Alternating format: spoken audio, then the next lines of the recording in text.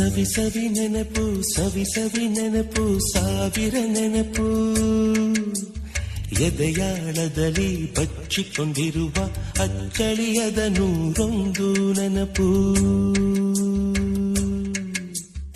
ಏನೋ ಒಂದು ತೊರೆದ ಹಾಗೆ ಯಾವುದೋ ಒಂದು ಪಡೆದ ಹಾಗೆ ಅಮ್ಮನ ಮಡಿಲ ಅಪ್ಪಿದ ಹಾಗೆ ಕಣ್ಣಂಚಲ್ಲಿ